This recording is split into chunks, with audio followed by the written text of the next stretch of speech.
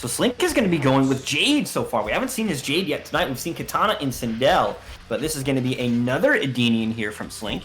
And Slink has a really interesting build here. He's been using the Delia's Dance, which is a low special move that can be safe on amp, does decent chip as well. Does cause her to lose the spinny staff, which is her launcher in the corner, so there is some kind of losses that are end up having because it replaces something, but it does seem like Delia's Dance is really, really solid. Plus, the fact that it is a low makes it that much better. You can kind of mix it in with a handful of things as well. Steak going with Gearus, though. This isn't Scorpion either. So do you think that Scorpion is going to come to save the day if this starts to go off the rails? That's been kind of the theme of Steak's entire run here tonight. We'll see if that ends up being any different here in our losers finals right now. Only one of these players is going to move on to face off against Izzy in the grand finals. Big body splash comes through from Steak. He's got a solid life lead now. Can he keep it? Steak looking good right here so far. Ooh, the Delia's Dance. And that's safe on amp, I believe. It's only like -5. Good pushback. Great chip as well. Really solid move. Round 2. Fight. Alright, got him with the chop. Empty jump. Oh no, this is going to be big for Steak. Oh, what happened? I wonder if he was going for the glaive and just wasn't at the right range. No shit, Nitro kick though, armor break, so not going to be happening here. We'll be able to force the breakaway though from Steak. All right, here we go. Sand choke. Gonna amplify for the extension. Here's the temporal. What is that called? Temporal advantage? Isn't that what it's called? I'm sorry, what? I was talking about. Here's his name. It's temporal advantage, right?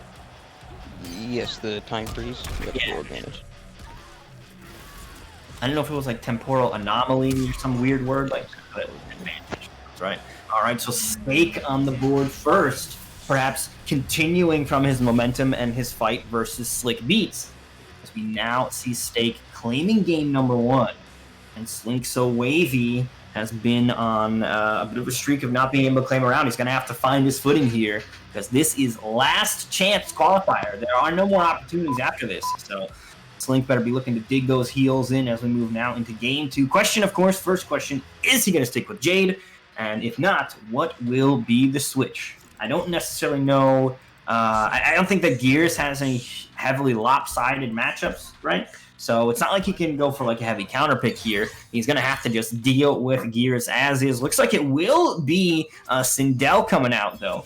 And Sindel, I think, has been Slink's primary main. So I got a feeling that we may be sticking with Sindel for the remainder of this set here as Slink looks to try to get this comeback. And, of course, I'm sure he wants revenge. Izzy sent him to the loser's bracket, and he would love to send him home. Izzy right now waiting in the winner's side of grand finals to face off against the winner of this set. And the winner of tonight's tournament gets access to our $1,000 finale. Guaranteed. Just 1 second, I gotta deal with something, I'm sorry. Ooh, responsibilities call, no problem.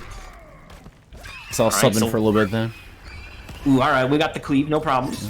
So far, the Switch doing a good job this round. Now that the Switch, he's been able to kind of control the pace a little bit better, catching Steak off guard. Dude, block! Yeah, and he's on top of him. He does not want to hold the block button. Steak, instead of holding the block button, decides to do an up 2, easily punished by Slink, and the momentum is really shifted in his tides. Dude, absolutely. It feels like he was trying to do every button but block. So far, though, now he's back to blocking here. Letting that right trigger. Look at that low profile. Actually, low profile the jump 2. Is that down 3 from Sindel? Yo, wait, down 2 or the body splash? The body splash. Sorry, down 3 from Slink.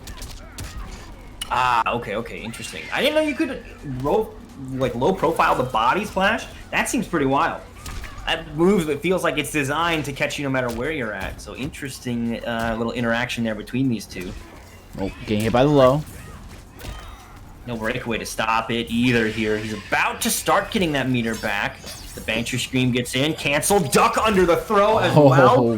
What a call out by Slink. Slink knew it was coming. Yep, not really much Steak could do there. He had barely any health, and against a Sindel with her Scream crushing blow, still on board, fatal blow, just about everything in Slink's favor. Got to claim that game, and Steak has the opportunity to change characters.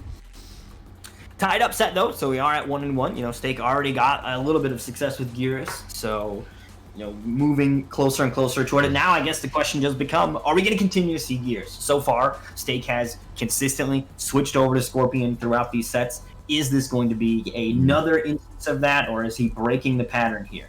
Yeah, I think he, at this point, I mean, maybe Garrus was kind of like a pick for Jade, like, oh, this might be a better matchup than other characters. So yeah, look, Stake is going to Shang Tsung. Quite interesting, too, because obviously Hellspark's probably going to be used. He's hovering over Hellsparks, and that Hellsparks can check her forward for up 3. Not many characters in the game can really check her after the big pushback of the move, but those Hellsparks, they can. He's hovering over still. Yep, Shang Tsung, very named also Shang Tsung, trying to trick me here. Not going to fall for that. Stake. After your method FGC MCG bullshit.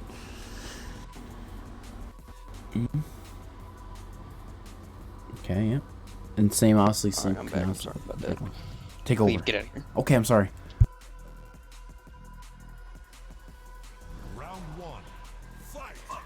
Alright, so Stake switches to Shang. Shang is just called Shang Tsung. He has Hellsparks. Do we know what else he has?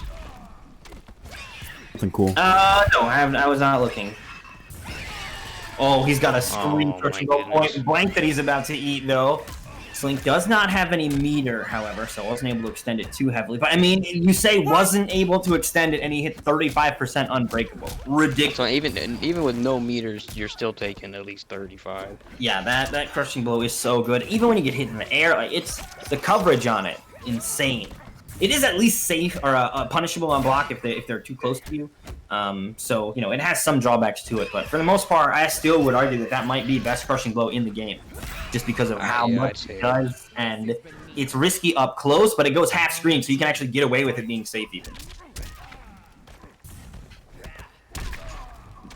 Okay, Sindel just doing her flips. Okay, tried to whip punch with the Hellsparks, but not quite the right distance. Ooh.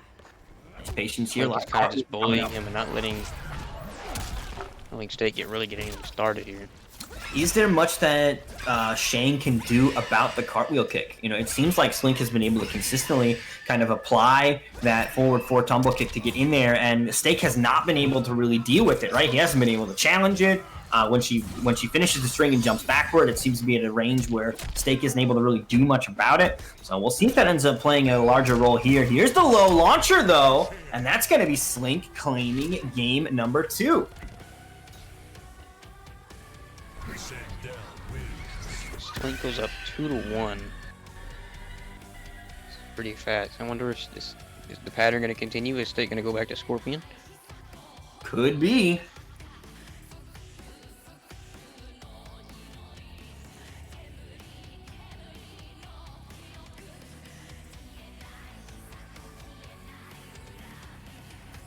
All right.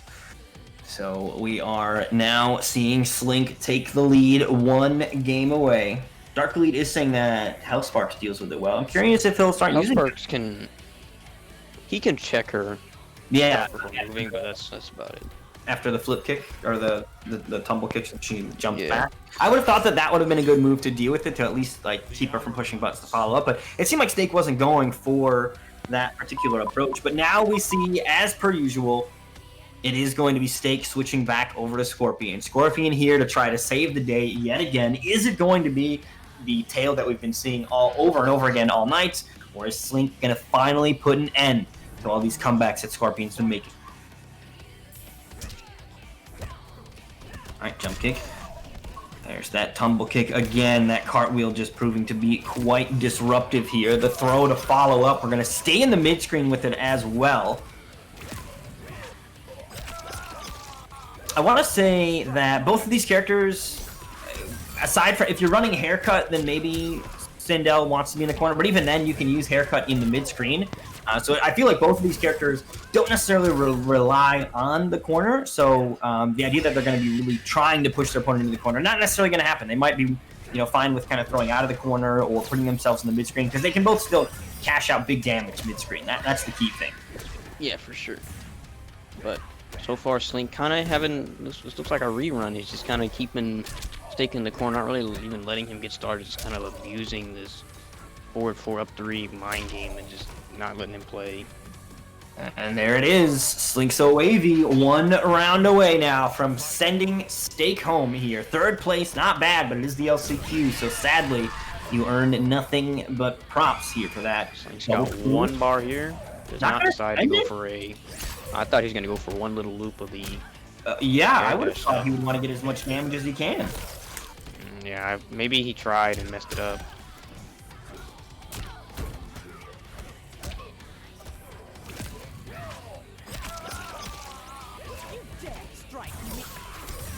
Okay, nice check there. Slink did not have the meter to break, and he just spent it on his screen cancel, so that's a nice 35%. Yeah, that's really good damage. Spear, honestly, that last hit from the sword hits for a grip. Yeah, it does. One more People hit. don't know this, but Spear actually is a more damaging ender than Death Spin. Yeah, I'm sure it might be different if you have the fire buff on it, Pursuing Range, which is what most of us have been playing Death Spin with, you know what I mean? But now that you can put Death Spin on any build, you might not actually see much of it because of how powerful Spear can just be by itself. The side switch... Oh, Escape failed? Consider. Oh, he already had it. I didn't know he had it. Yeah, I had no idea. Wasn't paying enough attention here. Slink answers back with a throw of his own. 75% of that health bar still intact here for Steak. Breakaway available as well. Here's the scream cancel. Not gonna go into anything. Cartwheel connects. Oh, overhead. Crushing blow is done. Oh, if he threw a spear there, that would have been it. Gotta be careful here. Watch out for this fatal blow. Block. Yeah, that overhead would have been it. There it is. Gonna do it. He dashes up into the stand 1. I love the confirm from Slink. Slink was really just fishing for a couple of hits that he knew he could convert straight into the fatal blow to take the set, and that is exactly what he did, dashing right up, those jabs coming for him. And Slink is going to move on then into our grand finals. So this is going to be the run back then between our winners finals. However, those winners finals went pretty convincingly over to Izzy. So not only is Slink going to have to be kind of feeling some confidence from the set he just played, he did well in that set, he's going to want to feel that confidence, but he's also going to need to come up with a different answer